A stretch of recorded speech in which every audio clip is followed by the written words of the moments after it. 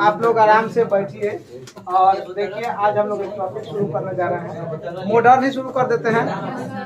Modern में जो सबसे इम्पोर्टेंट है, जिससे सवाल हर एग्जाम में आता ही है ना, वही टॉपिक हम लोग शुरू करेंगे। आराम से बैठो, कहीं जमीन घिस के।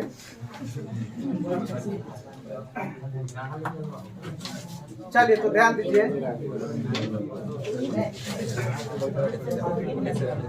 देखिए, अगर अच्छा से दिमाग यहाँ रखिएगा, बढ़िया से ध्यान देके पढ़िएगा, तो यही आजे अभी के अभी याद हो जाएगा। समझ गए? अभी के अभी जितना पढ़ाएंगे वो याद हो जाएगा। कैसे हॉल में गए, KGF देख के आए, बहुत सारा कहानी निकल दी है कि नहीं? फिल्म देख के आते हैं, पूछता है आदमी तो पूरा बता देते हैं कि नहीं? क्यों बताते हैं? मन लगता है, इंटरेस्ट होकर देखते हैं, मन लगता है।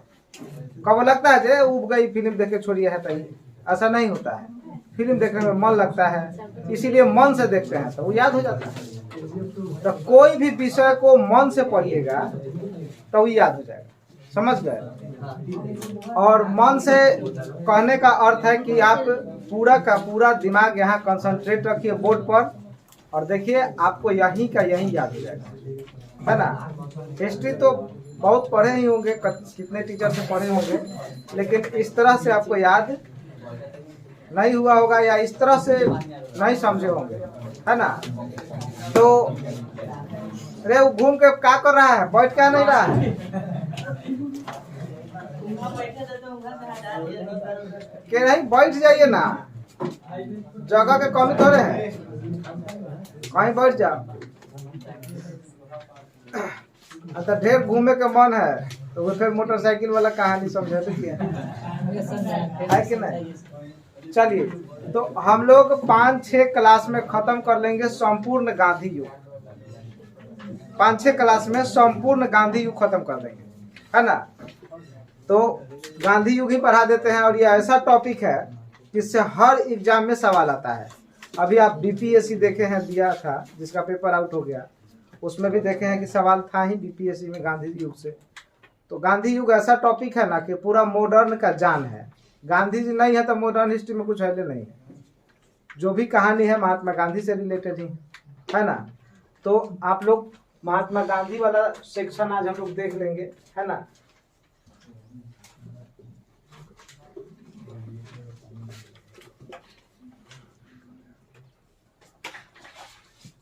हम लोग लिखते हैं गांधी युग, है ना, महात्मा गांधी। अच्छा, गांधी युग अगर भारत की बात करें तो कब से कब तक भारत में गांधी जी का योगदान कब से कब तक रहा है?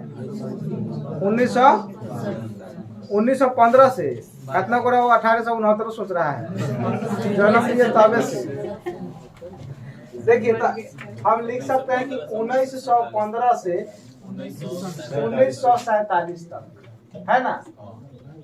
1947 तक पूरा आजादी के समय ये आजाद कराए, ओकरा बाद ज्यादा दिन रहे नहीं, है ना, चलेगा। तो आइए हम लोग इसमें देखते हैं अब महात्मा गांधी से रिलेटेड, है ना। तो अभी पूरा खत्म हो जाएगा ना, इस बार पूरा रिलेटेड खत्म कर देंगे। आप पढ़े होंगे एक क्लास में, तो बेसिक नॉलेज तो होगा ही, एक आध क्लास पढ़े होंगे, तो इस बार तो 5-6 क्लास में पूरा संपूर्ण खत्म हो जाएगा, है ना। फिर इसके बाद गांधी युग कभी पढ़ने की जरूरत आपको नहीं पड़ेगी, है ना। तो आइए, तो महात्मा गांधी जो थे वो तो एक आम इंसान ही होंगे ना, बाद में ना महात्मा बने होंगे, कि जन्मे के दिन से महात्मा होंगे? जन्मे के दिन से महात्मा तो नहीं होंगे, बाद में कुछ काम ऐसा किए होंगे जिसमें उनको महात्मा का योगदान दिया गया, महात्मा का मतलब नाम दिया गया। तो कहने का मतलब कि हर आदमी बचपन से थोड़ी क्या करेगा ये थोड़ी कोई जानता है। तो सुनिए, महात्मा गांधी जो थे ना, उनके पिताजी जो थे 4 विवाह किए थे। समझ गए? उनके पिताजी 4 विवाह किए थे, और 4 विवाह में चौथे विवाह में 4 संतान था, और चौथे भाई में वो सबसे छोटे थे, समझे। और सबसे छोटका इतना फॉर्म में आया जो सब बड़का के खत्म कर दिया, ओकरा आगे अब किसी को कोई जानता ही नहीं है।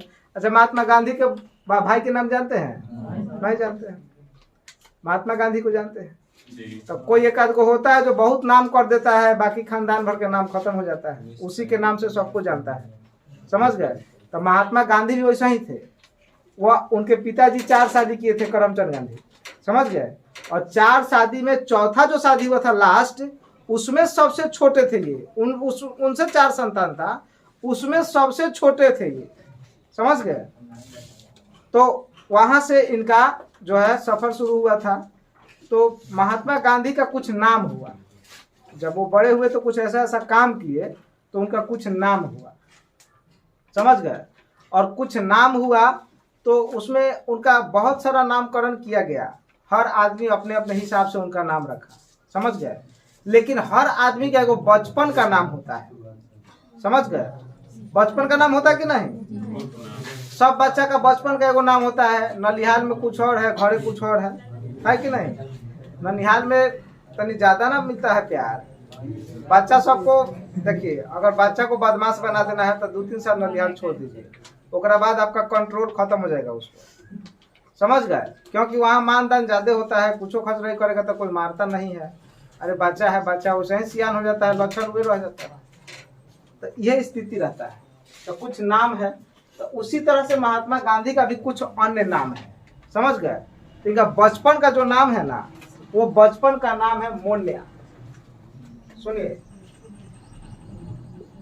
गांधी जी के बचपन का नाम,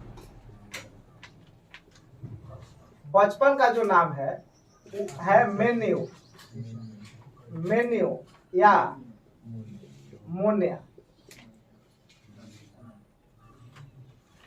मोन्या। समझ गए? मेन्यू या मोन्या।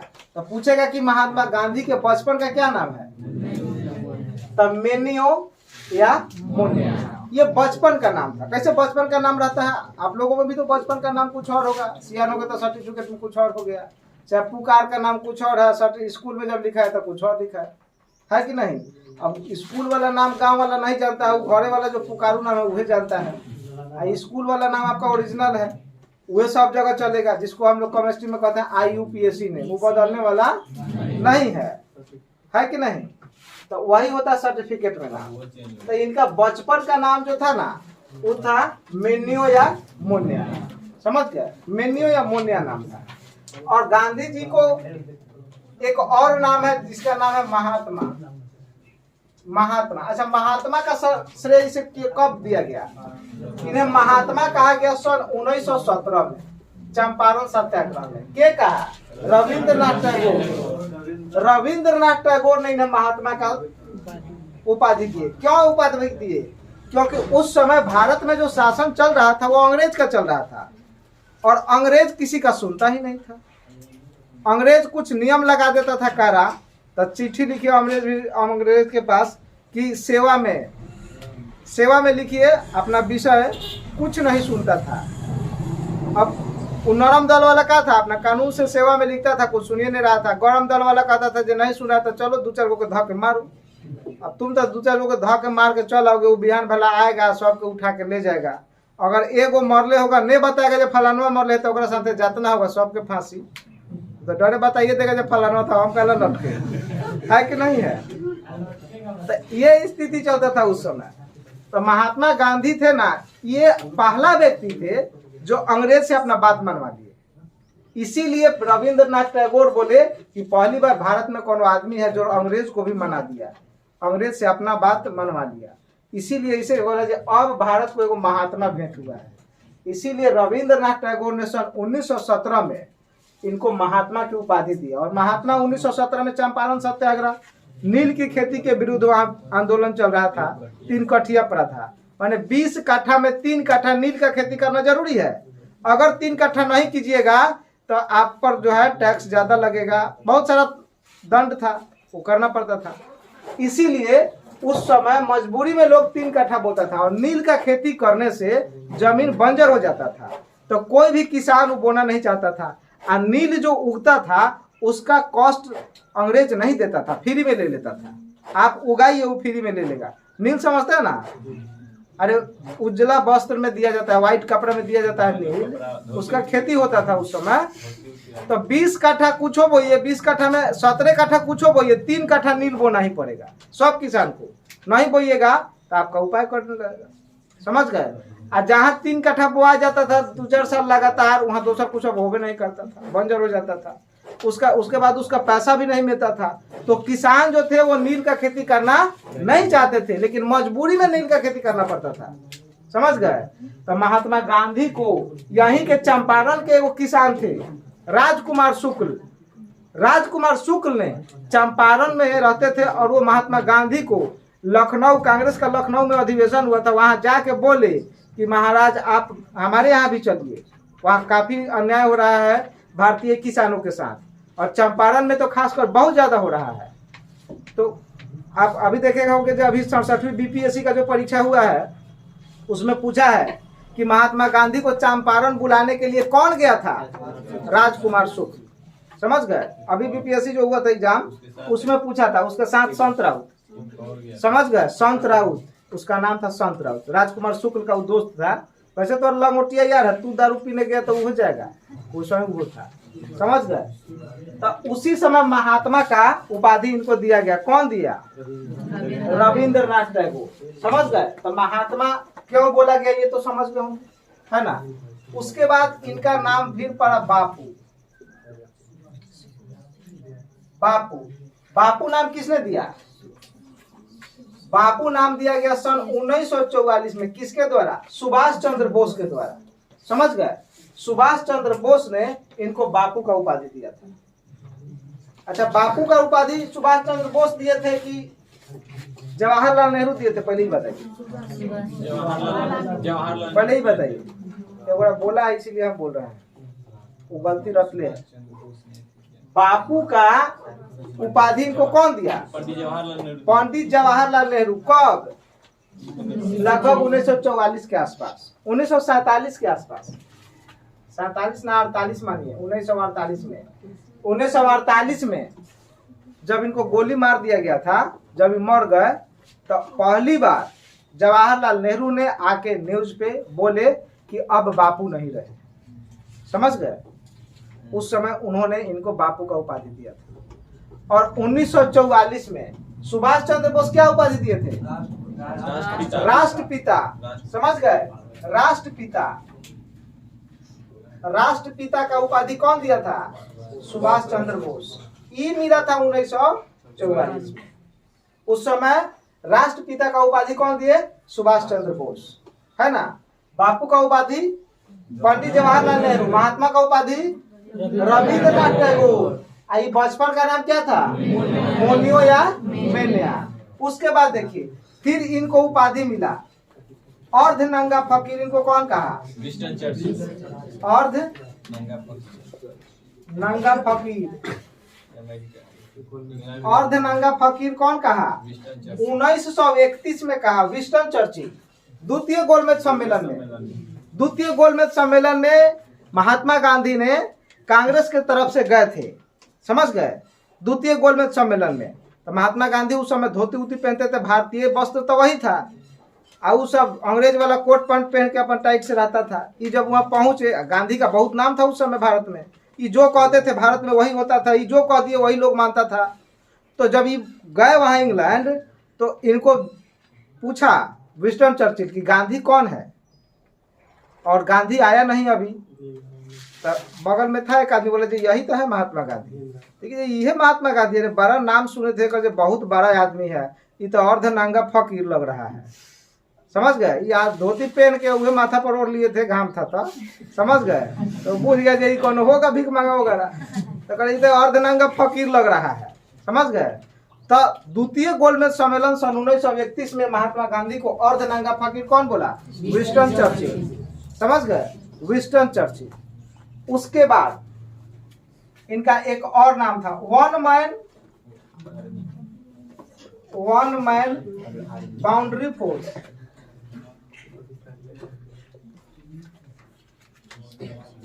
बाउंड्री फोर्स ये क्या बोला था, वन मैन बाउंड्री फोर्स इनको कौन बोला था? तो वन मैन बाउंड्री फोर्स का मतलब क्या है कि ऐसा आदमी जो पूरा देश का चक्कर अकेले पूरा बाउंड्री मार रहा है, समझ गए? ये कौन बोला था? खान अब्दुल गफ्फार खान। बताइए कोई, ये गलत आंसर है। इनको कौन बोला था? One man boundary, Lord Mountbatten. कौन बोला था? Lord Mountbatten. और खान अब्दुल गफ्फार खान क्या बोला था? वो बोला था मलंग बाबा। मलंग बाबा ये कौन बोला था? खान अब्दुल गफ्फार खान। सही। महात्मा गांधी के कुछ अन्य नाम है, समझ गए? ये कुछ अन्य नाम है। कौन नाम किसके द्वारा दिया गया? तो सुनिए, मलंग बाबा का मतलब क्या होता है? मलंग बाबा का मतलब धूम के पक्का आदमी, जो ठान लिए वो करके छोड़ेंगे, चाहे जब हो, चाहे जितना परिश्रम करना हो करेंगे, है ना? जो ठान लिए वो करेंगे, धून के पक्का आदमी, जो चाहेंगे वही करेंगे, मतलब लगे रहना, उबना नहीं जल्दी किसी काम से। तो मलंग का मतलब यही होता है, समझ गए? इस्लामी शब्द है ये, है ना? ये इस्लामी शब्द है। और ये कौन बोला था? खान अब्दुल गफ्फार खान, जिसको सीमांत गांधी के नाम से जाना जाता है। खान अब्दुल गफ्फार खान को किस नाम से जाना जाता है? सीमांत गांधी। वो पाकिस्तान के थे और उन्होंने एक बनाया था योजना लाल कुर्ती।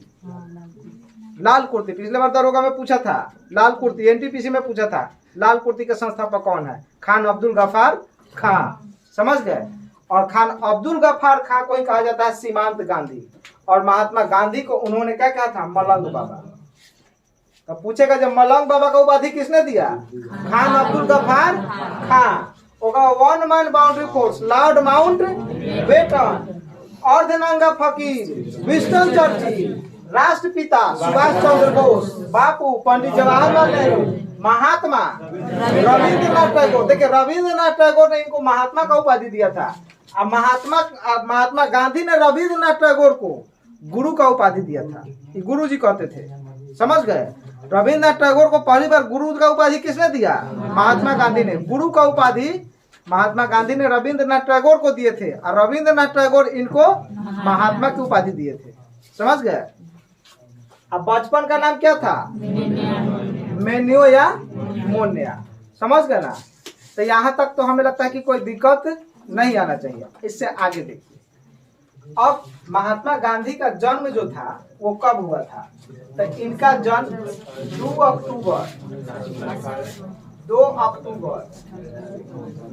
1869, 2 अक्टूबर 1869 गुजरात के पोरबंदर में हुआ था, समझ गए? गुजरात के पोरबंदर में हुआ था। और जानते हैं कि ये क नंबर संतान थे? इनके पिताजी 4 शादी किए थे। 4 शादी में चौथे माह से, सबसे लास्ट शादी से, उसमें सबसे छोटे थे ये, समझ गए? वो में चौथा थे, चौथा के चौथा, है कि नहीं? 16वां नंबर, सबके 4 को था, फिक्स था। तो 2 अक्टूबर 1869 को इनका जन्म हुआ था गुजरात के पोरबंदर में, समझ है? गुजरात के पोरबंदर में जन्म हुआ था। इनके पिता का क्या नाम था? बोलिए। करमचंद गांधी, है ना? करमचंद गांधी। पिता का क्या नाम था? करमचंद गांधी, ये थे पिता। अच्छा, माता? माता क्या था? कस्तूरबा बाई। अच्छा, तो पुतली बाई क्या था? बड़ा उल्टा पुल्टा सिस्टम है जी। ये सब पत्नी को माया, माँ को पत्नी बना दे रहा है। माता के था? अच्छा, पुतली बाई। कौन दो कर रहा था? कस्तूरबा गांधी। पुतली बाई। अच्छा, पत्नी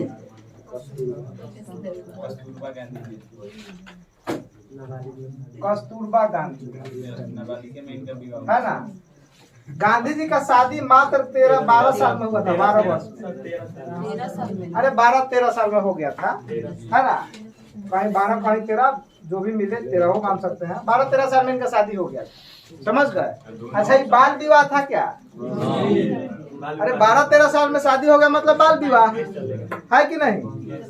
बाल विवाह इनका हुआ था। ये भी बाल विवाह के शिकार थे, समझ गए? इनका भी बाल विवाह हुआ था। अब तो 12-13 साल में शादी हो नहीं रहा है। अब तो शादी हो रहा है। देखिए पहले शादी कर दिया था ओकरा बाद बोला जाता कि जाइए अब पढ़िए लिखिए। अब वो बात नहीं है, पहले पढ़ लिख लीजिए तब शादी होगा। पहले बाल विवाह होता था, समझ गए। अब विवाह होता है तो बाले नहीं रहता है कि नहीं। अब विवाह होगा तो बाले नहीं रहेगा। वही स्थिति था इनका। इनका शादी 13 वर्ष में हो गया था, ये भी बाल विवाह के शिकार थे, समझ गए। अब सुनिए, ध्यान दीजिए। उस समय जब ये पढ़ रहे थे ना, तो हर आदमी जब पढ़ता है उस समय किसी ना किसी चीज का क्रेज होता है। जैसे अभी पढ़ रहे, तभी सरकारी नौकरी का क्रेज है। सबसे बेस्ट क्या माना जा रहा है? सरकारी नौकरी। उस समय सबसे बेस्ट उसी तरह से क्या माना जाता था? बैरिस्टर की पढ़ाई करना, वकीली करना, वकालत करना।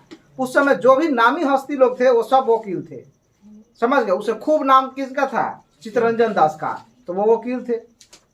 पंडित जवाहरलाल नेहरू वो भी वकील थे, है ना। तो जितने बड़े बड़े लोग थे उस समय वो सब लोग वकालत किए रहते थे। और भारत में वकालत का क्रेज सबसे ज्यादा है, क्योंकि भारत की जनसंख्या ज्यादा है। अब मान लो गांव में 2 गोरे कोनो रात का ऑर्केस्ट्रा देखा, अब मारा मारी कर लिया, ओकर कपारू फोड़ दिया, एकर कपारू फोड़ दिया, तो ये दोनों केस करके कहाँ जाएगा? कोर्ट में। तो कोर्ट में जाएगा तो जौन के फूटल है ओकर एगो अलग वकील, और जौन फोड़ले है ओकर अलग वकील। जौन फूटल है वो कहेगा जे 5000 लाइए, ओकरा के तो भीतर एकदम कराइए दे, 5000 ओकरा से टाना। की जौन फोड़ले है वो कहेगा जे आप हमको 10,000 दीजिए, एकदम बचा देंगे, बाहरे बेल होगा, जेल नहीं जाना पड़ेगा, समझ गए। ये दोनों मिल के दोनों से चूसेगा। कब तक? जब तक कि 50 रुपये पर नहीं चला। 5000, 4000, 3000, 2000, 1000, 500, 200, 300, अभी सीधे पैकेट निकाल के उलीट देगा। कहाँ है? नहीं है। 5 साल से तक कैसे लड़ रहा है? पैसे नहीं है। तो 50 रुपया देगा तो वकील पूछ जाएगा जो अभी गाय भी सूख गया, अब इसको छोड़िए। तो उसको बोलेगा कि काहे ना इतने दिन से केस लड़ रहे हैं। आपस में बैठ के 2 आदमी कंप्रोमाइज किया। मान लीजिए आपका फूटा था तो ठीक हो गया, आप उसको लड़ने से क्या फायदा? मान लीजिए 2000 और खर्चा होगा तो फूटा का ठीक हो जाएगा, दूसरा कुछ तो होगा नहीं। ऐसे बढ़िया जो कंप्रोमाइज कर लीजिए, तो लोग कंप्रोमाइज कर देता था, समझ गए। इसीलिए भारत को कहते हैं पैराडाइज ऑफ वकील। मतलब यहाँ जो है ये वकीलों का क्या है? स्वर्ग है। भारत को वकीलों का स्वर्ग कहते हैं। सबसे ज्यादा वकालत यहाँ चलता है, जनसंख्या सबसे ज्यादा है, अब बेवकूफ लोग यहाँ ज्यादा हैं, बिना मतलब के मार कर लेगा। अभी देखिए ना गांव जवार में जितना शादी हो रहा है उनमें खाली नाच चल रहा है, खाली उनमें नाच चल रहा है। अगर 100 गो आएगा ना तो हमको लगता है जो उनमें 90 गो में मार तो होना ही।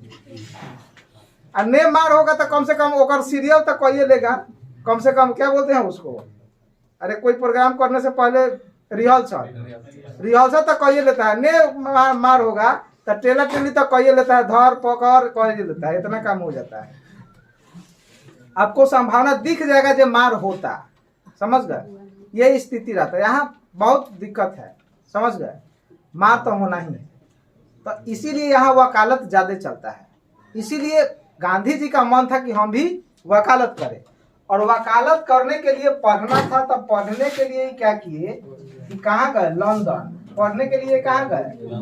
लंदन, समझ गए, लंदन गए। अच्छा, लंदन को साधारण आदमी अपना बच्चा के थोड़े भेज देगा पढ़ने के लिए, साधारण आदमी नहीं भेज सकता है, समझ गए। लंदन पढ़ने के लिए मान लीजिए अभी आपके गांव से कोई जा रहा है ऑक्सफोर्ड यूनिवर्सिटी पढ़ने, तो साधारण आदमी तो नहीं होगा, काफी खर्च आएगा। उसी तरह से इसके पिताजी जो थे ना वो भी साधारण आदमी नहीं थे, वो बड़े आदमी थे, वो जमींदार थे, दीवान थे, वो दीवानी था उनके पास, समझ गए। सत्ता की दीवानी था करमचंद गांधी के पास, और वो एक जगह के नहीं 2-2 जगह थे, समझ गए। पोरबंदर का था, समझ गए। और दीवानी में क्या होता था? बहुत पैसा इनको था, बहुत पैसा था, बहुत धनी मनी आदमी थे। तो जब भेजने लगे तो गांधी जी को बोले कि ठीक है जाइए बैरिस्टर का पढ़ाई कीजिए, लेकिन हमारा एक शर्त है। बोले क्या शर्त है? तो शर्त यही है कि तुम्हारा विवाह तो हम कहिए दिए है कि नहीं, तो विवाह वहाँ मत कीजिएगा। वहाँ विवाह रोज होता है, रोज छूटता है, समझ गए। वहाँ शादी ब्याह रोज होता है, वहाँ शादी विवाह करना बड़ी बात नहीं है। आज कीजिए, 6 महीना बाद मन है तो दूसरा कीजिए, उसको डिवोर्स कीजिए, है कि नहीं, तलाक दे दीजिए। तो वहाँ चलता है। भारत में ये सब कॉन्सेप्ट नहीं है, एक बार हो गया तो वो चलेगा, जब तक सांस है तब तक, है कि नहीं। भारत में ये सब चलता है। तो वहां क्या हुआ कि बोले कि वहां विवाह नहीं करना है। दूसरा चीज शराब का सेवन नहीं करना है, वहाँ शराब भी खूब मिलता है। और तीसरा चीज मांस मछली नहीं करना है। लंदन तो ठंडा प्रदेश है और ठंडा प्रदेश में मांस मछली ज्यादा चलता है, समझ गए। ऐसे देखिए वहाँ कुछ खा जाएगा, वहाँ कोनो चीज खा जाता है सब। देखिए चाइना में कुछ खा जाता है, वहाँ भी कुछ भी खाएगा। कहने का मतलब यही है कि वहाँ ये 3 चीज शर्त था। तो गांधी जी बोले कि हमारा तो पिताजी शर्त दे दिए थे हमको, इसलिए हम तो वहाँ आराम से गए, पढ़ के आ गए, समझ गए। वहाँ पढ़ने के लिए ये गए। तो उस समय शादी जो था इनका तो हो ही गया था। अब देखिए उस समय ये 1869 में इनका जन्म हुआ, समझ गए। और ये 1869 में इनका जन्म हुआ था और लगभग 13 साल के उम्र में इनका शादी हो गया था, है कि नहीं। इनके 4 पुत्र थे। इनको पढ़ने जाने से पहले इनका 4 गो संतान। सब काम पहले ही कर लेना है, समझ गए, तब ना आराम से पढ़ेगा, माइंड फ्री हो गया। 4 पुत्र था, समझ गए। इनके 4 पुत्र थे, समझ गए ना। अरे गांधी जी को कौन मत समझे, इंटरनेशनल खिलाड़ी थे, समझे ना। ये इंटरनेशनल खिलाड़ी थे। पढ़ने कहाँ गए? लंदन। जन्म हुआ भारत में, पढ़ने का लंदन। नौकरी कहाँ? South Africa. नहीं देश के बात नहीं कर रहा, विदेशों में रह रहा है हमेशा। आज से कितना साल पहले देख रहे हैं, आज कोनो विदेश है तो कहते हैं फलना के लड़का विदेश कमा रहा है। उस समय विदेश थे, तो इंटरनेशनल खिलाड़ी थे, समझ गए। तो इनके 4 पुत्र थे, समझ गए ना। 4 पुत्र थे और चारों पुत्र का कभी कभी नाम पूछ देता है, समझ गए। चारों पुत्र का क्या पूछ देता है? नाम पूछ देता है। तो गांधी जी का मानदान तनी घर में ज्यादा होता था। ज्यादा जब मान किसका होगा? छोटका के, है ना। छोटा बच्चा को माँ ज्यादा ना मानती है, तो इनका मानदान तनी ज्यादा होता था, समझ गए। तो इनका पहला जो पुत्र हुआ ना, वो बोलता था कि ये जो पुत्र हुआ महात्मा गांधी तक खुदे हीरा है, ऐसे कर बड़का पुत्र के नाम था हीरा लाल, समझ गए। हीरा है तो हीरा ही मिलेगा, इसलिए हीरा है। और हीरा बड़ा कॉस्टली होता है, बड़ा महंगा है, तो खरीदने के लिए चाहिए मनी। क्या चाहिए? मनी। तो दूसरिका के नाम था मनीलाल।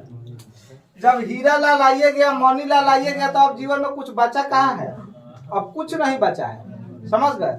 सब इच्छा तो पूरा हो गया। तो अब राम का नाम लीजिए। किसका नाम लेना है? राम का। तो अगला पुत्र था रामदास। अगला जो पुत्र था वो कौन था? रामदास, है ना। और रामदास जो था, रामदास का सीता जो है वो खत्म हो गई, सीता विलुप्त हो गई। कहीं बुर्बक में घूमने लगा, देवदास बन, समझ गए। रामदास से सीता बिछड़ गई। राम से जब सीता बिछड़ गई तो जंगले जंगले घूमने लगा, तो बन गया देवदास। तो देखिए गांधी जी के 4 पुत्र। बड़का हीरा ला का चाहिए? मनी। मनी माने पैसा, है ना, मनीलाल। अब मनीलाल जब मिल गया तब राम राम जपिए, रामदास। राम से जब सीता बिछड़ गई तो क्या बन गया? देवदास। तो हीरा लाल, मनीलाल, रामदास, देवदास, महात्मा गांधी के 4 पुत्र थे। 5वां पुत्र जमुना लाल बजाज, वो मोह बोला पुत्र था, वो था संतान किसी और का। इनका बहुत सेवा किया, भारत में हमेशा साथ ही रहा, इसीलिए उसको पुत्र की संज्ञा दिए थे। तो 5वां पुत्र जो था वो जमुना लाल बजाज था। वो अपना पुत्र नहीं था, बहुत सेवा किया था उनका, इसलिए उसको भी पुत्र की श्रेणी में रखे थे, उसको भी पुत्र माने थे। बोले कि तुम हमारे 5वें पुत्र हो। इसीलिए बोला जाता है कि महात्मा गांधी का मुंह बोला पुत्र कौन था? जमुना लाल बजाज। अपना पुत्र यह 4 गो था, उनमें सबसे बड़ा कौन था? हीरा लाल। उसके बाद तो चारों पुत्र याद रहेगा। तो देखिए इनका पुत्र संतान तो हौले था, शादी ब्याह हो गया था, इसलिए वो गए आराम से बढ़िया से पढ़ के वहां से ही आए, समझ गए। कायल हंस रहा है रे, भैंसिया वाला देखो हंस रहा है, समझ गए। उस समय देखिए, उस समय इनको तो शर्त था कि वहाँ शादी विवाह भी नहीं करना है। देखिए बाहर में, विदेश में शादी विवाह करना आसान काम होता है। आसान काम इसलिए है कि यहाँ भारतीय रीति रिवाज नहीं चलता है, समझ गए। अब इतना होने के बाद ये पढ़ने कहाँ गए थे? लंदन से जब ये पढ़ के आए समझ गए। तब भारत में अहमदाबाद में, गुजरात के अहमदाबाद में ये कुछ दिन प्रैक्टिस किए वकालत का, लेकिन चला नहीं बढ़िया, समझ गए, बढ़िया नहीं चला। तब वहां से ही कहाँ चल गए, मुंबई चले गए। मुंबई लगभग 1.5-2 साल वकालत किए। तब इनको एक व्यापारी मिला गुजरात का। वो कौन था, कौन था व्यापारी? वो हीरा का व्यापारी था जो भारतीय था, और वो रहता कहाँ था, गुजरात का था, लेकिन रहता कहाँ था, साउथ अफ्रीका, लंदन में रहता था। वो बोला महात्मा गांधी को कि चलिए हमारा केस लड़िए, और वो भी केस था उसके ऊपर लंदन में। तो वो सोचता था कि कोनो बढ़िया वकील मिले तो उसको लेके जाएंगे। तो देखा जब बढ़िया वकील किसको धरी, लंदन से पढ़ के आयल है, तो लंदन से पढ़ के आने का मतलब बढ़िया होगा, है ना। इसीलिए बोले कि चलिए जितना पैसा लीजिएगा, पैसा का चिंता मत कीजिए, पैसा तो मेरे पास बहुत है, पैसा जितना फीस कहिएगा हम देंगे, लेकिन आप लंदन चलिए। तो गांधी जी उसी के साथ लंदन चले गए, समझ गए।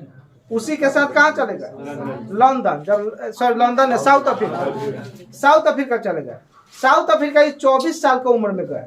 इनका उम्र उस समय कितना था, 24 साल। तो बताइए 1869, ध्यान दीजिए, 1869 में यदि 24 साल जोड़ दे, 24 साल जोड़ दे तो कितना हो जाएगा, 1893। तब पूछेगा जो दक्षिण अफ्रीका कब गए, 1893 में दक्षिण अफ्रीका गए। जब दक्षिण अफ्रीका गई तो वहां वो व्यापारी जो था वो रहता था कहाँ, डरबन में, समझ गए, डरबन में रहता था। अब इनको जाना था डरबन, तो डरबन जाने के लिए ट्रेन का टिकट कटा, समझ गए, ट्रेन का टिकट कटा है। और जब टिकट कटा तो फर्स्ट क्लास टिकट कटा है। तब लंदन में पढ़े थे, वहाँ फर्स्ट क्लास ट्रेन में घूमे थे, तो ये first class ticket, first class समझते हैं ना, एसी वाला, समझ गए। और जाके बैठ गए ट्रेन में। तो जब ट्रेन में ही बैठ गए तो उसमें जितना लोग बैठा हुआ था सब बतियाने लगा अपने में, जे ब्लैक मैन कहाँ से बैठ गया, ब्लैक मैन मतलब काला आदमी, ये ब्लैक मैन कहाँ से बैठ गया। तो साउथ अफ्रीका में चलता था रंग भेद, है ना। रंग मतलब रंग तो जानते हैं, और रंग में भेद मतलब गोरा काला में अंतर था। वहाँ देखिए क्या था, गोर आदमी अगर पुलिस में नौकरी करा था महीना 50,000, और वही नौकरी करिया आदमी करा था 10,000।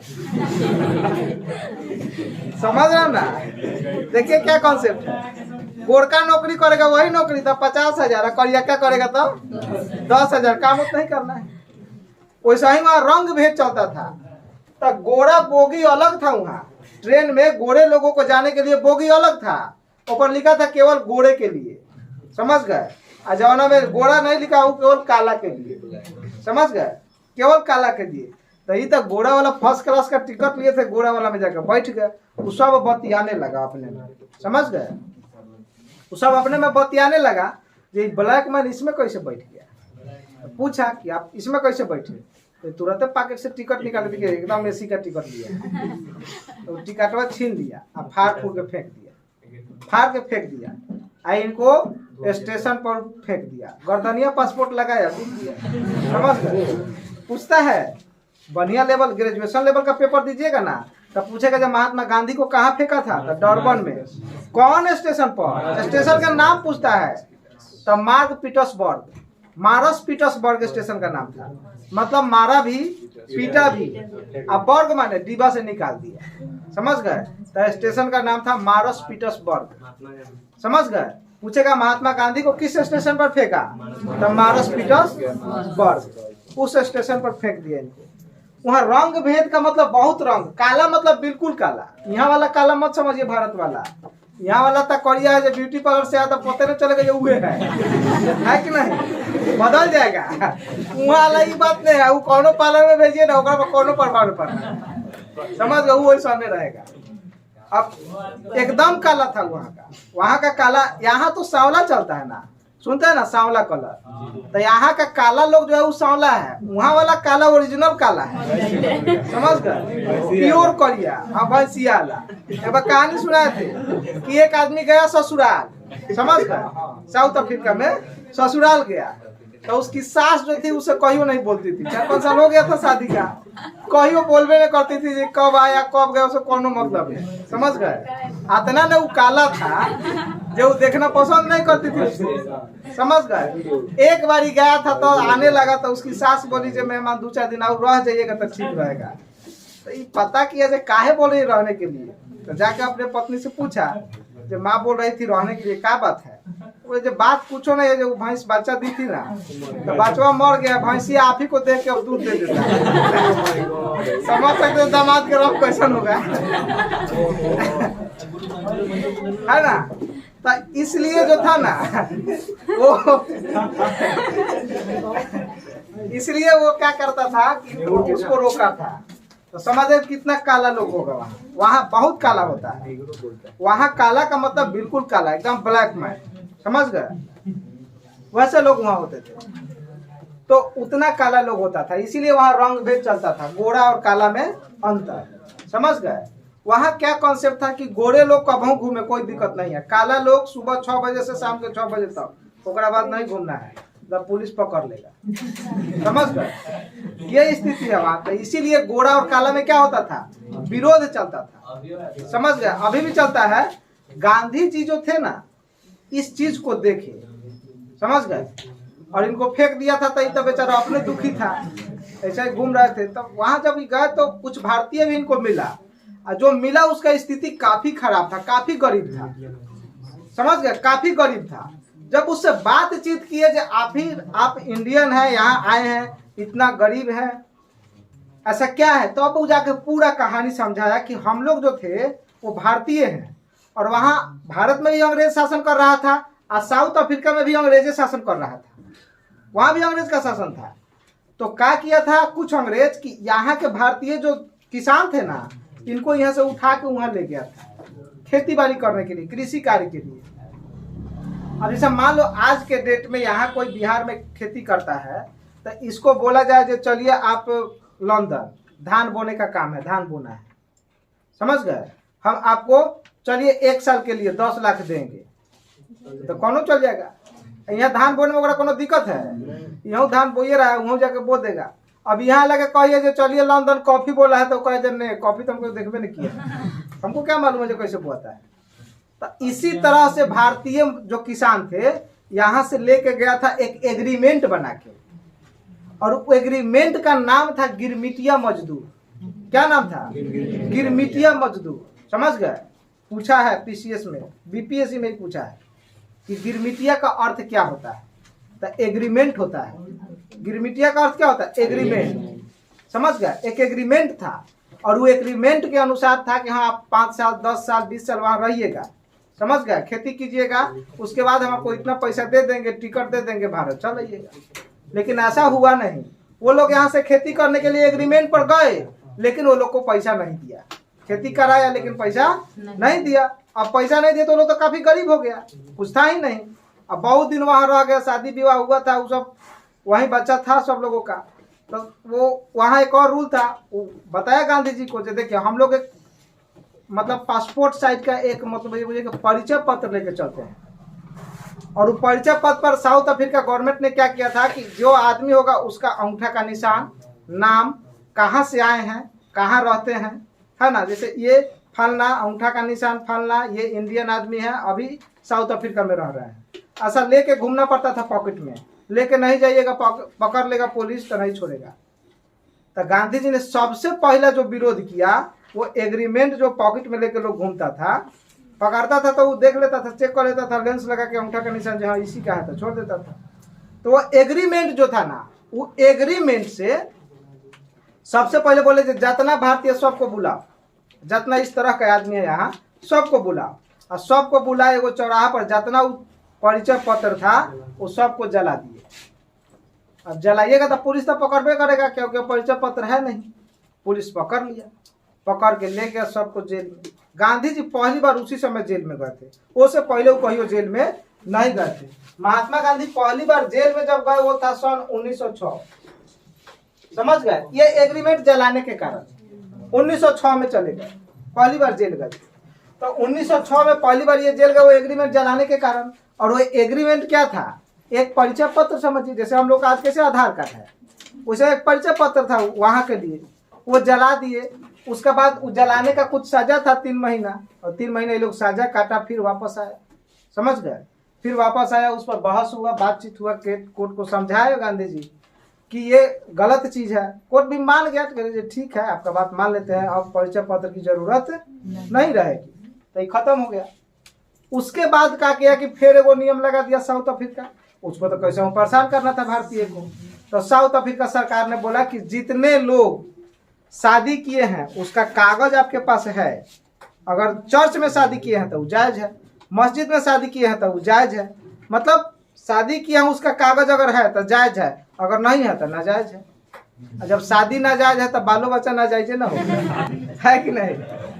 अब जितना भारतीय था वो सब घुसा गया, भारतीय को जस्ट लाइक लगा जो गाली दे रहा है, समझ गए। भारतीय को लगा कि गाली दे रहा है, ये लोग विरोध करने लगा। महात्मा गांधी बोले विरोध करना है लेकिन आहिस्ता, ये नहीं कि विरोध करने का तो लगे मार करने पत्थर चलाने, ऐसा विरोध नहीं करना है। हम लोग अनशन करेंगे, उपवास करेंगे, है ना, अहिंसा करेंगे, ये सब काम करेंगे। तो गांधी जी जो थे वो बोले कि ये गलत बात है, समझ गए। तो सब लोगों का चेक होने लगा कि भाई दिखाइए आप। तब वहाँ तो ईसाई लोग था, वो लोग ईसाई का शादी जानते हैं कैसे होता है। ईसाई का शादी होता है, दोनों पक्ष का आदमी बैठता है, चर्च में जाएगा, समझ गए। और चर्च में जाने के बाद क्या होता है, एक कागज बनता है, समझ गए, और किताब पढ़ता है, लेकिन एक कागज बनता है, उस कागज पे क्या लिखा रहता है, समझ गए। वो कागज का मतलब क्या, एक एग्रीमेंट है, समझ गए। क्या है एग्रीमेंट, एग्रीमेंट है ना। एग्रीमेंट एक कागज बनता था, पेपर लिखाता था जब फलना के लड़का फलना के लड़की का शादी हो रहा है, इसमें इतना पैसा, इतना रुपया, इतना गहना, ये सब दिया रहा है, क्या कबूल है, तो हाँ कबूल है तो हो गया। कह देगा जब कबूल नहीं है तो फिर तब कुछ नहीं। मुस्लिम में भी होता है, इस्लामिक शादी भी होता है, समझ गए। और हिंदू में ये सब चीज थोड़ा होता है जी, रीति रिवाज से शादी हुआ, हिंदू में रीति रिवाज से शादी हुआ, मंत्र वगैरह पढ़ दिया गया। हिंदू का जो शादी है वो एग्रीमेंट नहीं है, इसको हम लोग बोलते हैं संबंध। इसको क्या बोलते हैं, संबंध। संबंध बोले तो मतलब ये क्या है, बंधन। ये क्या है, इक्विवेलेंट बॉन्ड है, बड़ा बढ़िया होता है, छोड़ेगा नहीं जल्दी, समझ गए। अब देखते हैं हिंदू के शादी में 7 फेरा, कौन फेरा, 7 फेरा, एक फेरा बराबर 360 डिग्री, एक फेरा बराबर कौन डिग्री, तो देखो 360 डिग्री है, तो 360 1 से कटेगा, 2 से कटेगा, 3 से कटेगा, 4 से कटेगा, 5 से कटेगा, 6 से कटेगा, 7 से नहीं कटेगा, यही से 7 फेरा, बुझा। इसे मैथमेटिक का बात है, 7 से कटेगा जी 360। देखो तो 1 2 3 4 5 6 7 सबसे कट रहा है, 6 तक 7 से कट रहा है, नहीं कट रहा है, यही से 7 फेरा, समझ गए। तो हिंदू का शादी क्या है, कोवैलेंट बॉन्ड, एक बार हो गया तो परमानेंट चलते रहेगा, जब तक सांस है तब तक, है ना, साथ जिएंगे फिर साथ। सही बंधन है। ये क्या है, एग्रीमेंट है। ये क्या है, एग्रीमेंट है। एक तरफ लड़का पक्ष, एक तरफ लड़की पक्ष बैठेगा, में कोनो मंत्र उंतर की जरूरत नहीं है। ई लोग क्या होता है कि अपना एग्रीमेंट बनाता है, वो कागज पे लिखाता है कब शादी हुआ, किस डेट को शादी हुआ, क्या नाम है, कितना क्या क्या दिया जा रहा है, ये सब लिखाता है। और तब पढ़ के सुनाया जाता है दोनों पक्ष को, और सुनाने के बाद पूछा जाता है कि ये सही है, ये कबूल है, तो जी कबूल है। इस्लामिक शादी भी तो ऐसा ही होता है, इस्लामिक शादी भी तो ऐसा ही होता है, कबूल है तो हो गया, है ना। इस्लामिक शादी जो होता है उस शरीयत के अनुसार होता है, इस्लामिक जो कानून होता है उस शरीयत के अनुसार, और शरीयत में इस्लाम में करे 4 शादी तक जायज है, और हिंदू में 1 से जायज है तो नाजायज में चलने लगेगा, समझ गए ना। भारतीय को तो बोल दिया था ना, कागज है तो जायज है, नहीं कागज है तो नाजायज है, जब शादी नाजायज है तो बालो बच्चा नाजायज है। भारतीय को ऐसा गाली जैसा लगा, ये सब घुसा गया, समझ गए। कोर्ट में जब बात हुआ तो ये सब बात चल रहा था, तो गांधी जी वहां गए थे, तो वो समझा रहे थे कि देखिए ये लोग शादी जो कर रहे ये एग्रीमेंट है, हम लोग वाला संबंध जो है बंधन है, कोवैलेंट बॉन्ड बुझिए, सबसे बढ़िया बॉन्ड है। लड़कियों से दिमाग खराब हुआ चाहे कहिएगा जो तनी कहो तनी माइके से एगो ससुराल से एगो तनी मोटरसाइकिल है, चाहे परेशान करेगा, ज्यादा परेशान करिएगा जाके थाने में लिखवा देगा जो देखिए ये लोग दहेज ला परेशान कर रहा है, बस उतने लिखवा देना। खाली दहेज ला परेशान कर रहा है, लड़का लड़का के भाई, लड़का के बाबू, लड़का के माई, सब एक एक रस्सी में बांध के एक एक में भीतर जबले वो कहेगा ने जने हम मानते हैं कुछ नहीं है, हम लोग को कोई दिक्कत नहीं देंगे, तो बोलेगा चलो बुद्धि ठीक हो गया बाहर चलो। फिर 2 साल के बाद कहेगा जो फिर वैसा ही प्रताड़ित करेगा, फिर जाके कह देगी देखिए दहेज के लिए परेशान कर, फिर भीतर है कि नहीं, फिर भीतर चले। चाहे मान लीजिए कि आप दूसरा शादी कर रहे, केस कर देते देखिए दूसरा शादी कर लिया, फिर भीतर है कि नहीं। तो ये 360 डिग्री वाला बड़ा खतरनाक है, समझ गए। 7 जन्म तक चलेगा, समझ गए। कहता जी 7 जन्म का साथ, ये जन्म तो निभाइए नहीं रहा है, सांझ के ठीक है सवेरे झोटा झोटी हो जाएगा, 7 जन्म का चलेगा है कि नहीं। तो ये हिंदू फॉर्मूला था, समझ गए। छोटा छोटी नहीं पूछता है, अब वही सिंगल है ना, डबल होगा तो बुझाएगा। तो देखिए ये 360 डिग्री 7 का यही ला चलता है, माने 7 जन्म का ही है। वहाँ समझाया गया जी ये जो संबंध है हम लोग एग्रीमेंट से नहीं चलते हैं, हम लोगों का जो संबंध है ये एग्रीमेंट से नहीं चलता है, ये एक दूसरे का आपसी संबंध है, ये जीवन भर साथ निभाने का बात होता है। और इसमें ये बात नहीं है ये शरीयत के अनुसार निकल रही है, 4 गो कर सकते हैं, एगो दूगो नहीं 4 गो, आ कोनो के 4 गो भइलो है, 4 गो भइलो है तो एकरा के 3 बेर तलाक कह के छुट्टी दे दीजिए, और भेज दीजिए, समझ गए ना। ऐसा होता है। अभी 3 तलाक अभी इसी पे चल रहा था ना भारत में कानून, अभी तो इसी का विरोध हो रहा था 3 तलाक। लेकिन ऐसा देखने के लिए भारत में कम मिलता है, क्योंकि भारत का जो शैली चलता है वो हिंदू इस्लामिक शैली, जाइए हिंदू इस्लामिक शैली चलता है। भारत में हिंदू ज्यादा है, तो यहाँ के जो मुस्लिम है ना, हिंदू के साथ रहते रहते कुछ हिंदू का भी गुण हो गया है, समझ गए, कुछ हिंदू का गुण हो गया है, इसलिए सब मुस्लिम लोग 4 गो शादी नहीं कर पाता है। लेकिन जहाँ प्रॉपर मुस्लिम कंट्री है, जैसे इराक है, ईरान है, सऊदी अरब है, पाकिस्तान है, बांग्लादेश है, इंडोनेशिया है, ये प्योर क्या है मुस्लिम कंट्री है, यहाँ वाला सब 4 गो शादी करता है। देखिएगा जब मुस्लिम मौलाना 70 साल 60 साल का हो गया है वो फिर शादी कर रहा है, बताइए करता है लोग कि नहीं करता, सुने होंगे है कि नहीं। कोई भी हो तो शरीयत के अनुसार, ये लोग का कानून है, ये लोग किसके हिसाब से चलता है, शरीयत के हिसाब से। तो शरीयत में लिखल है कि 4 शादी जायज है ना, 4 शादी जायज है। लेकिन हिंदू में ये सब बात नहीं चलेगा, इस पे काफी घोर विरोध हुआ, वहाँ काफी बातचीत हुआ, तब जाके कोर्ट समझा इस बात को, समझ गए, तब जाके समझा। जो हिंदू लोग बियाह किए वो कहाँ से कागज दिखाएगा भाई, उसके बाद तक कागज होता ही नहीं है। हमारे जो हम लोग के यहाँ शादी हो रहा है तो कागज बनता है, अरे वो घड़ी कैमरा था, वो घड़ी व्हाट्सएप था, वो घड़ी फोटो खिंचाता था, वो घड़ी तो पता नहीं चलता था, शादियों होता था तो यहाँ से वहां तक कपड़ा टांग दिया जाता था जो लड़की को कोई मत देखे, समझ गए ना, ऐसा होता था। उस समय तक गांव की महिलाएं अगर कहीं जा रही है मेला में तो घूम पूरा यहाँ ले लटकल है, समझ गए ना, यहाँ ले घूम लटकल है। और 5 साल 10 साल शादी का हो गया, पता नहीं है जो कोनो गाँव के देख ले है, समझ गए ना। ये स्थिति पहले होता था, आज वाला थोड़े है, आज वाला बात नहीं है, समझ गए।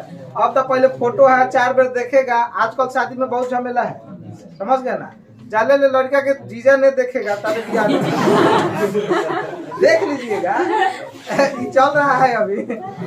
ओकर अपन बाप मतारी फैसला नहीं कर सकता है, तो फलना करेंगे तो चिल्ला करेंगे तो मामा करेंगे तो फलना करेंगे, ये कौन तरीका है, ये सब होता है। उस समय सब कुछ नहीं था, लोग देखने भी नहीं जाता था, लोग दूर दूर से हित नाता के यहाँ संबंध के यहाँ जाके पता करता था, पता कर लिया, वो घड़ी झूठो बोल दिया लोग तो हाँ चल गया, हो गया।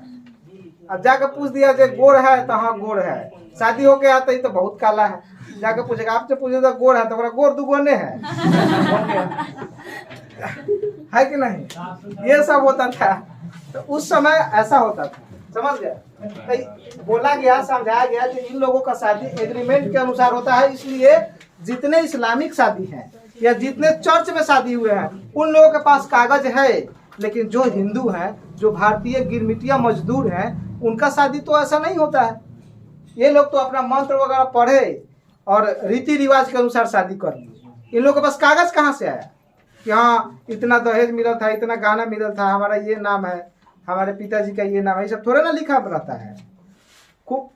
निमंत्रण के लिए वो कार्ड छपाता है, उसी के अनुसार सब लोग आ जाता है और शादी हो जाता है। इसमें तो कोई एग्रीमेंट नहीं बनता है।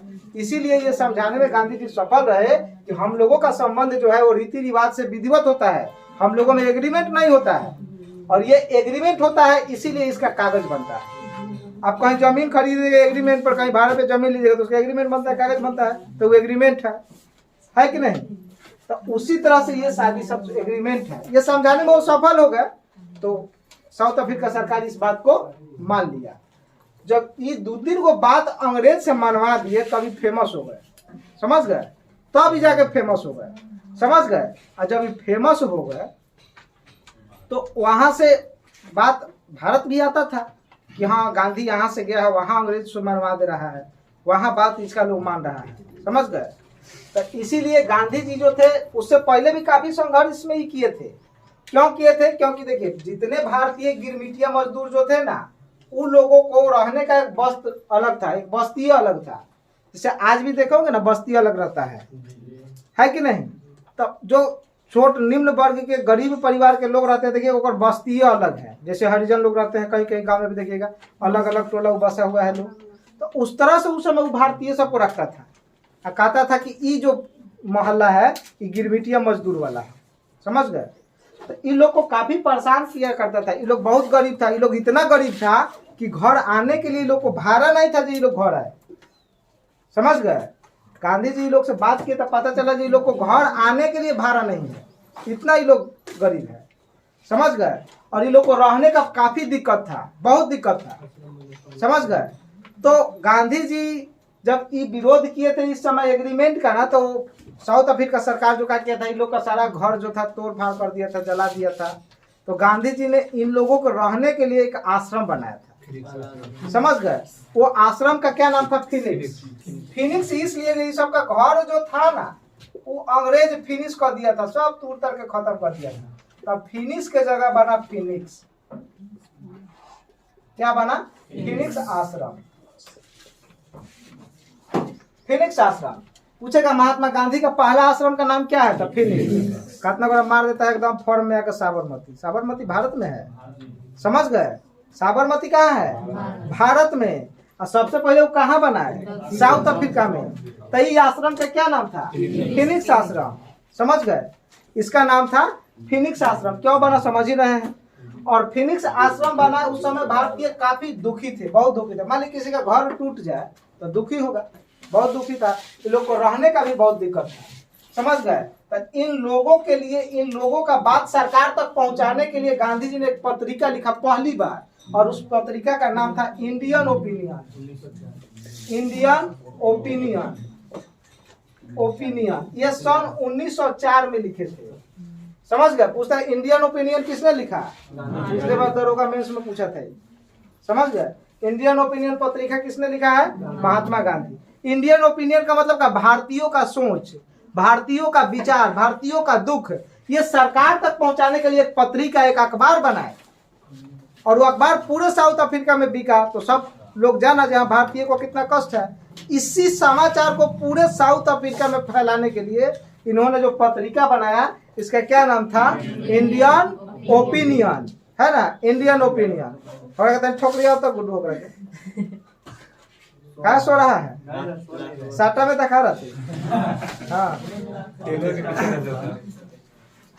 इंडियन ओपिनियन पत्रिका था, समझ गए। तब पूछेगा जे इंडियन ओपिनियन के लेखक कौन है? महात्मा गांधी। फिनिक्स आश्रम किसने बनाया? महात्मा गांधी का पहला आश्रम का क्या नाम है? फिनिक्स आश्रम। पहला पत्रिका का क्या नाम है? इंडियन ओपिनियन, समझ गए। Indian opinion. तो इंडियन ओपिनियन पत्रिका महात्मा गांधी ने लिखा था। यंग इंडिया, सुनिए, यंग इंडिया, ये 1909 में। यंग इंडिया भी क्या लिखा? महात्मा गांधी। सुनिए, यंग इंडिया लिखने की जरूरत क्यों पड़ी? यंग इंडिया क्यों जरूरत? देखिए, ये लोग काफी गरीब थे, और गरीब थे तो इन लोग के पास खास कोई साधन था नहीं, और खास साधन नहीं होने के कारण अंग्रेज जो था इन लोग पर अत्याचार करता था। और अत्याचार करता था, कमजोर समझता था। पैसा से कमजोर आजो रहिएगा गाँव में ना, तो जौन धनी मनी है वो आपको देहों से कमजोर पूछता है, और वो न पूछता है जौन पैसा से कमजोर है वो देह से बरियार होगा। गांव में देखिएगा जौन पैसा से कमजोर होगा नू वो देह से बरियार होगा, और जौन देह से बरियार होगा वो पैसा से कमजोर होगा। तो इन लोग को पूछता था अंग्रेज वहाँ का, ये सब तो कमजोर है, जैसे मन करे वैसे कीजिए, समझ गए। मतलब पूछता था कि ये लोग पुराना आदमी है, कमजोर है। तो गांधी जी का किया कि इस समाचार को, इस बात को बताने के लिए जो हम कमजोर नहीं, हमको कमजोर मत समझिए, हम पुरानिया नहीं है, बुरा नहीं पुरानिया है, सब पुरानिया थोड़ा था। तो ये बोलता था ये सब पुराना आदमी है, ओल्ड आदमी है। तो गांधी जी ने एक पत्रिका लिखा और पत्रिका का नाम दिया यंग इंडिया। यंग मतलब नौजवान है, हमको कमजोर मत बुझिए, हम भी नौजवान हैं। तो उस पत्रिका का क्या नाम लिया?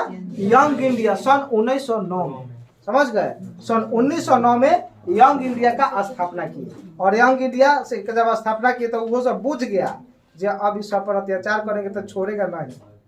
और ये लोग जो भी कोर्ट बात मानना था, तो गांधी जी का एगो थ्योरी था। गांधी जी ने न गरम दल के थे न नरम दल के थे, ये दोनों के बीच का रास्ता अपनाते थे। गरम दल का मतलब समझते हैं ना? अब जैसे मान लीजिए गए आप पटना पढ़ने, और घरे फोन किए जो हमारा मोटरसाइकिल चाहिए, कोचिंग दूर है। घरे आए और माँ से कहिए मोटरसाइकिल चाहिए, अब बोलेंगे कि मोटरसाइकिल कहाँ से मिलेगा, हमें अभी पैसा का दिक्कत है, छिपा पटक दिए, नहीं खाएंगे। तो लड़के के तो मेन हथियार है, फेंक देंगे, खिसिया जाएंगे कि नहीं खाएंगे। अब पिताजी आएंगे क्या बात है, तो देखिए छिपा फेंक दे कर नहीं खाएंगे, हमको मोटरसाइकिल चाहिए। तो 4-5 हाथ ऊपर से भेटा जाएगा, सूर्या जाइएगा, है कि नहीं? ये गरम दल है, समझ गए ना? ये कौन दल है? गरम दल नहीं कहीं है, मतलब खिसिया के बोले थे। नरम दल कौन है? कैसे आग्रह किया जाता है जब हमको एक मोटरसाइकिल का जरूरत था, खरीद देते तो बढ़िया रहता। कोई सुनवाई नहीं, कह दिया सुन लिया, काम खत्म, तुम अपना काम देखो, वो अपना काम। तो बीच का रास्ता क्या निकालना है कि हम खिसियाएंगे नहीं, चल आइए घरे चुपचाप खूब पढ़िए, कहीं हम खाएंगे नहीं, खावे मत कीजिए, 1 दिन मत खाइए, 2 दिन मत खाइए, 3 दिन मत खाइए। मतलब क्या होगा, जिसके यहाँ हम आग्रह कर रहे हैं वो हृदय परिवर्तन होगा। अरे बगल से कुछ टानते रहो बीच बीच में, है कि नहीं? अब पूरा ऐसा ही रहेगा तो पता है कि तुम्हें साफ हो गया, समझ गए? बगल से कुछ टानते रहो, समझ गए? दिखाने के लिए क्या अनशन पर बैठे हैं। किसी से बोल रहा था, हाँ सबसे बोल रहा है, सबसे बतियाइए, सबसे रूसिए मत, सबसे बोलिए बतिए, खाली खाइए, खाएंगे नहीं। अब पूछेगा लोग, घर वाला गार्जियन आएगा शाम को पूछेगा आज खाया है, तो नहीं नहीं करता, रूसल लगा ना, रूसल नहीं है, खूब पढ़ रहा है रूम में, सबसे बतिया रहा है और खा नहीं रहा है। बिहान भला, अच्छा छोड़ो ना, 2 दिन में अपने खाएगा, छोड़ दिया। फिर बिहान भला आया, आज खाया है, आज भी नहीं खाया है, ऐसा ही 3 दिन बीता, तो बगल से खींचिए रहा है कि नहीं? तब सब लोग सुत गया, तब फोड़ गया, मंटू भैया तनी 1 प्लेट मंगा दीजिए चिकन चाउमीन, है कि नहीं? टाइट से खींच दिया, एक बार दिन भर ला। तो इस तरह से वो अपना चला रहा है। अब 4 दिन बिता दीजिएगा तो गार्जियन सोचेगा तो बहुत स्थिति खराब हो जाएगा, तो कहेगा कि ठीक है मोटरसाइकिल किन देंगे, खा लो, खुश हो जाएगा, मोटरसाइकिल लेके एकदम पटना। यही जब 4 नंबर ठोकेगा तो वहाँ मत लेगा, समझ रहे हैं? तो गांधी जी का ये फॉर्मूला था, बीच वाला, ना गरम दल ना नरम दल। जैसे ये एग्रीमेंट चलाए थे तो उसके बाद ये क्या किए थे? विरोध किए थे, इस बात का विरोध किए थे कि हम लोग जो का बात शादी है वो सही है। अंग्रेज इस बात को मानने को तैयार नहीं था, तो इसमें इन लोगों ने अनशन किया था, उपवास। गांधी जी का कुछ हथियार था, समझे? वो था क्या? उपवास, समझ गए? बहिष्कार, बहिष्कार माने विरोध, समझ गए? अहिंसा,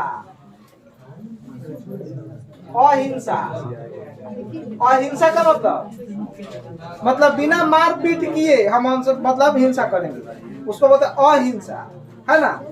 तो ये उपवास एगो हथियार है, भूखे बैठ के अभी समझा, है कि नहीं? बहिष्कार, बहिष्कार का मतलब किसी चीज का विरोध करे। तो विरोध करने का मतलब ही नहीं जगह दूरा पर मारा पीटी करने लगे, ऐसा नहीं। उसके दुआरी पर बैठी जाइए, जैसे मान लीजिए आने का जगह है, दुआरी पर बगल में बैठिए, रास्ता पर मत बैठिए, बैठा रहिए। कहिएगा कि हमारा बात जब तक आप नहीं मानिएगा, चाहिए काम नहीं होगा, तब तक हम यहीं बैठे रहेंगे बिना अन्न जल के। मरना होगा तो आप ही के नाम से मर जाएंगे। अब मान लीजिए कि आए आज दिन में 2 बजे बैठ गया, बैठा रह गया है, आप बैठल है, आप खिसिया रहे हैं, मारियो नहीं रहे हैं, नहीं मार रहा है, जो अच्छा रास्ता छोड़िए के बैठल है, कैसे मारे? कुछ हमारा तो नुकसान भी नहीं कर रहा है, तो कैसे मारे? नहीं मार पाइएगा। तो इस स्थिति में वो ऐसे बैठता है, समझ गए? तो इसको बोलते हैं बहिष्कार।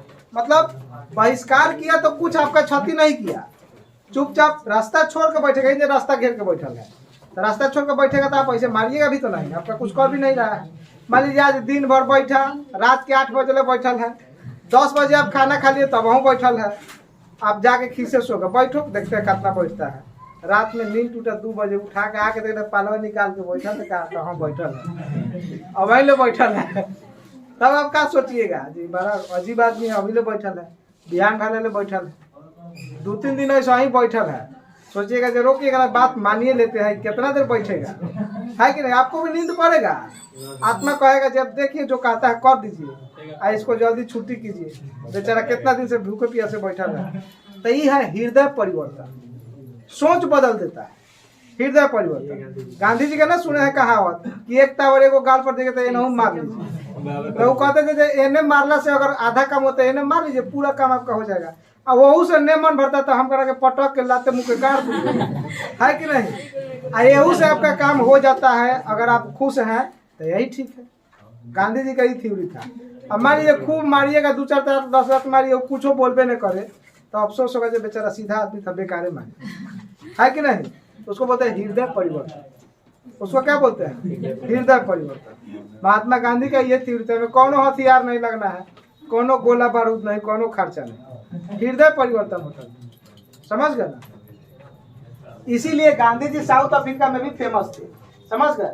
और उसके बाद ध्यान दीजिए, उसके बाद ये फिनिक्स आश्रम बनाए और इंडियन ओपिनियन पत्रिका, यंग इंडिया पत्रिका, ये इतना काम किए, तब तक समय चलाया सन 1914।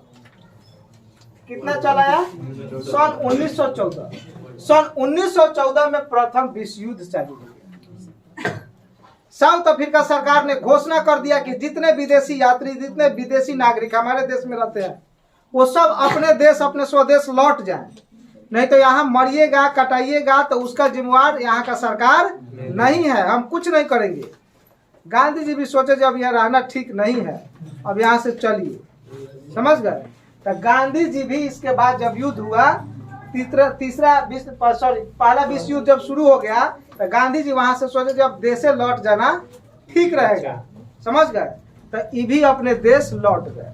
और ये कब आए? सन 1915, समझ गए? 1915 में ये वापस आ गए, समझ गए? 1915 में वापस आ गए। कब आए मालूम जानते हैं? कैसे याद रखना है? जिससे पूछेंगे वह बताएगा, समझ गए? जो नहीं जानता है तू बताओ, बोलो कई तारीख क्या थे गांधी जी? 9 जनवरी 1915। 9 जनवरी 1915। अगर नहीं याद रहे, मान लो इसको तो याद है, अगर नहीं याद रहे तो बोले नहीं जानते हैं। पूछे जे गांधी जी कब जानते हैं? तो नहीं जानते हैं। 9 मतलब 9 और 9 जानते मतलब जनवरी, है ना? तो गांधी जी कब है? 9 जनवरी 1915। और इनके आने की खुशी में भारत सरकार ने प्रवासी भारतीय प्रवासी दिवस मनाता है। कौन सा दिवस? प्रवासी दिवस, है ना? प्रवासी दिवस मनवाता है, समझ गए? गांधी जी के आने का खुशी में। पूछेगा भारतीय प्रवासी दिवस कब मनाया जाता है? तो 9 जनवरी को प्रत्येक वर्ष, समझ गए? काहेला? गांधी जी वापस आए थे। तो 9 जनवरी 1915 को महात्मा गांधी कहाँ आ गए? भारत आ गए। भारत आए तो पहले 1 साल पूरा घूमे, पूरा 1 साल पूरा भारत का चक्कर लगाए। 1 साल घूमे तब न जाकर लॉर्ड माउंटबेटन कहा जो 1 मैन आर्मी फोर्स, समझ गए? या बाउंड्री, कहने का मतलब ये एक अकेला आदमी है जो पूरा भारत का चक्कर लगा रहा है। 1915 भरी पूरा घूमे, जनवरी में चला, 1 साल पूरा घूमे, तब जाकर 1916 में ये भी भारतीय राजनीति में शामिल हो गए। और पहली बार सन 1916 लखनऊ अधिवेशन कांग्रेस का जो हुआ था, वहां इन्होंने पहली बार भाग लिया। और पहली बार लखनऊ अधिवेशन में भी, तो बहुत फेमस हो गए थे साउथ अफ्रीका में, और बहुत फेमस होने के कारण भारत में भी फेमस थे। भारत में पहले पूरा 1 साल घूमे, यहाँ का मानसिकता और यहाँ का रीति रिवाज, यहाँ के बात को समझने का कोशिश किए, तब जाके यहीं पहली बार चंपारण में जो नील के विरुद्ध खेती का विरोध हो रहा था, 3 कठिया प्रथा, उसके में उसी के सॉल्यूशन के लिए, उसी को सुलझाने के लिए अंग्रेज से संत राउत और राजकुमार शुक्ल पहली बार चंपारण से गया था। कहाँ? लखनऊ। समझ गए? और लखनऊ से बोला था कि आप एक बार चंपारण भी आइए। गांधी जी वहां से नहीं आए। फिर उसके बाद कहाँ चले गए? कोलकाता अधिवेशन हुआ कांग्रेस का, वो दोनों कलकत्ता पहुंचा है, पहले से पहुंचा था 3 दिन जो यहाँ आएंगे। समझ गए? वहां भी पहुंचा था। तो कोलकाता में भी वो लोग पहुंचा था, वहां भी बोला जो हजूर आप आए नहीं, आप बोले थे जो हम जरूर आएंगे, आप आए नहीं। तो वो लोग बहुत रिक्वेस्ट किया था, तब वो चंपारण गए थे। और चंपारण गए तो वहाँ भी अंग्रेज इनका बात मान गया था, वहाँ भी 3 कठिया प्रथा खत्म हो गया। चंपारण सत्याग्रह बहुत फेमस है बिहार हिस्ट्री के लिए। समझ गए? और 16 में ही इनको बुलाया था, तो वो 1 साल बाद 17 में आए थे। समझ गए? हाँ, 17 में वो आए थे। समझ गए ना? तो आप समझ सकते हैं कि ये आपका बेसिक कहानी है गांधी जी का। ये कुछ नहीं पढ़ेंगे यहाँ के बाद ओरिजिनल कहानी है उनका। तो आप समझ सकते हैं कि इतना कहानी जो उनका है, ये बचपन का बेसिक नॉलेज है उनके विषय में। समझ गए? ये बेसिक नॉलेज है। तो आपसे अगर पूछा जाए कि महात्मा गांधी के बचपन का नाम क्या है? मेनियो या मोन्या। महात्मा किसने कहा? रविंद्रनाथ टैगोर ने। महात्मा का संज्ञा किसने दिया? रविंद्रनाथ टैगोर ने। बापू किसने कहा? पंडित जवाहरलाल नेहरू, है ना। राष्ट्रपिता किसने कहा? सुभाष चंद्र बोस ने। 1 मैन बाउंड्री फोर्स किसने कहा? लॉर्ड माउंट बेटन ने। मलंग बाबा किसने कहा? खान अब्दुल गफ्फार खान। तो ये तो आपको इतना बेसिक नॉलेज पता हो गया। माता का नाम क्या था? पुतलीबाई। पिता का नाम? करमचंद गांधी। पत्नी का नाम? कस्तूरबा गांधी। जन्म कब हुआ? 2 अक्टूबर 1869। समझ गए? कितने पुत्र थे? 4 गो। सबसे बड़ा? उसके बाद देवदास। एकदम याद है, रिचार्ज ठीक बोले ना। देवदास है कि नहीं? इसके बाद ही कहाँ गए? South Africa. कई वर्ष की उम्र में गए? 24 साल में गए। कब गए? तो 1893 में ही गए। नहीं याद रहेगा था? कौन याद रखना है? 1869। 24 साल में ही गए थे। 24 जोड़ दीजिएगा, आ जाएगा 1893 में ही गए थे। समझ गए? वहां गए तो सबसे पहले इनको क्या किया?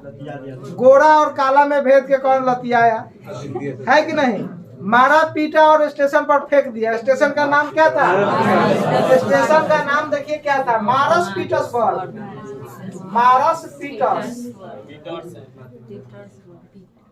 पीटर्सबर्ग, है ना।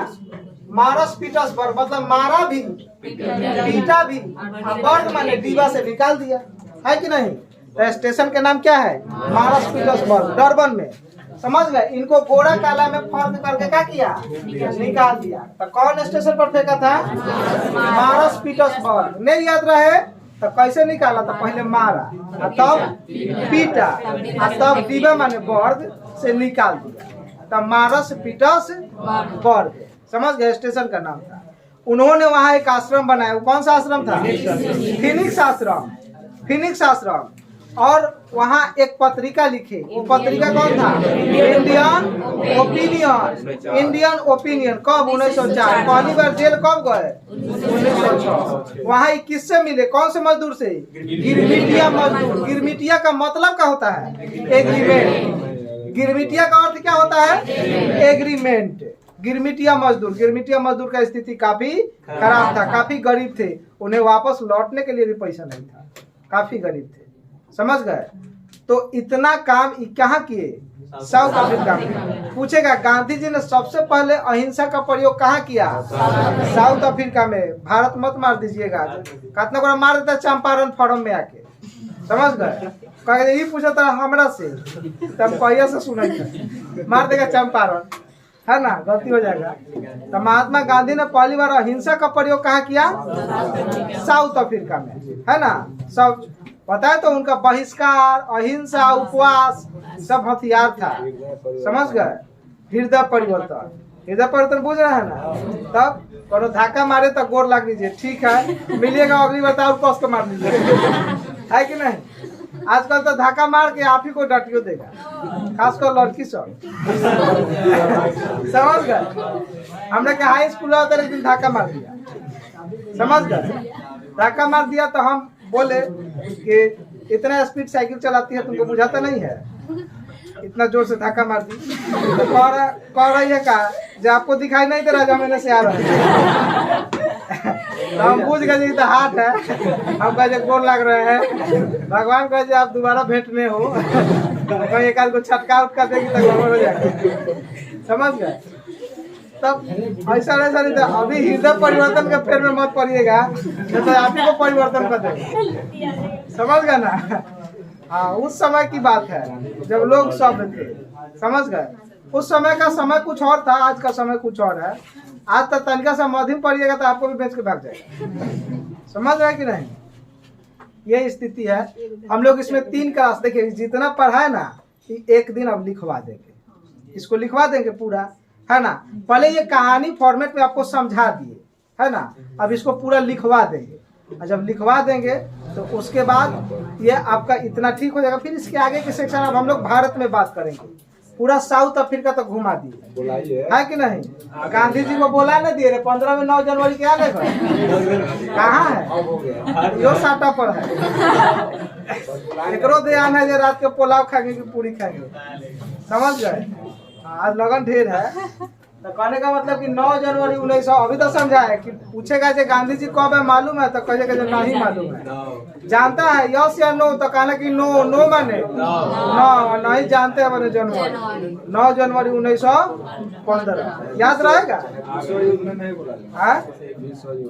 विश्व युद्ध जब हुआ तब वो वापस आ गए अपने देश में। क्यों वापस आ गए? वहाँ के सरकार ने अनाउंसमेंट कर दिया कि जितने विदेशी यात्री मेरे यहाँ है, विदेशी नागरिक हैं, वो सभी अपने स्वदेश लौट जाए, क्योंकि विश्व युद्ध हो रहा है, इसमें मरिएगा तो हम नहीं उसका जिम्मेवार है। समझ गए कि नहीं? कैसे बस में जाते हैं तो बस पर लिखा रहता है यात्री अपने सामान का रक्षा स्वयं करे, भूला गया और जिम्मेवार ड्राइवर खलासी में, है कि नहीं? अपना सामान खुद देखिए, है कि नहीं? लेकिन एक बाद भी लोग नहीं समझता है, भूला जाएगा तो कहेगा जी मैं हमारे यहाँ धरता, भूला गया तू खोज के दो, है कि नहीं? पहले जमाना था ना, बस लगल है, बस पर गए रुमाल धो के चलेगा, कहा तो सीट हमर है। तो पहले कोई वहाँ बैठता भी नहीं था, देखता था कि हाँ पर रुमाल रखल है, कोई नहीं बैठता था। अब चेंज हो गया, जाएगा रुमाल में पॉकेट में कस के बैठ जाए, आएगा बोले से हमारे पर रुमाल रखल था जी, हम क्या जाने, हम आता नहीं था बैठल, हम लीजिए। लोग एक से एक हो गया है कि नहीं? तो ये स्थिति है। तो इतना हमें लगता है कि क्या आपको इसका कम से कम 60-70% तो याद हो जाएगा। 70% 60% तो याद रहेगा ना। एक बार लिखवा देंगे तो फिर रिवीजन हो जाएगा। तो जब लिखवा देंगे उस दिन आपको 90% याद हो जाएगा। और घरे जाके एक बार कहीं मोटा मोटी भी देख दिए तो वो रिचार्ज होगा परमानेंट, फिर नहीं भूलेंगे। समझ गए? परीक्षा भर तो नहीं भूलिएगा, बांस घर जा चाहे बाल बच्चा को भी पढ़ा सकते हैं, है ना। हाँ, सुतलो रहेगा तो गोरथारी बैठा के गोर दबवाएगा, कहानी गधिए के सुनाएगा, है कि नहीं? ये स्थिति रहेगा। समझ गए? चलिए तो ठीक है, आज के लिए इतना ही। नेक्स्ट क्लास में हम इसका आगे क्लास हम लोग करेंगे, है ना। तो ठीक है, आज के लिए इतना ही।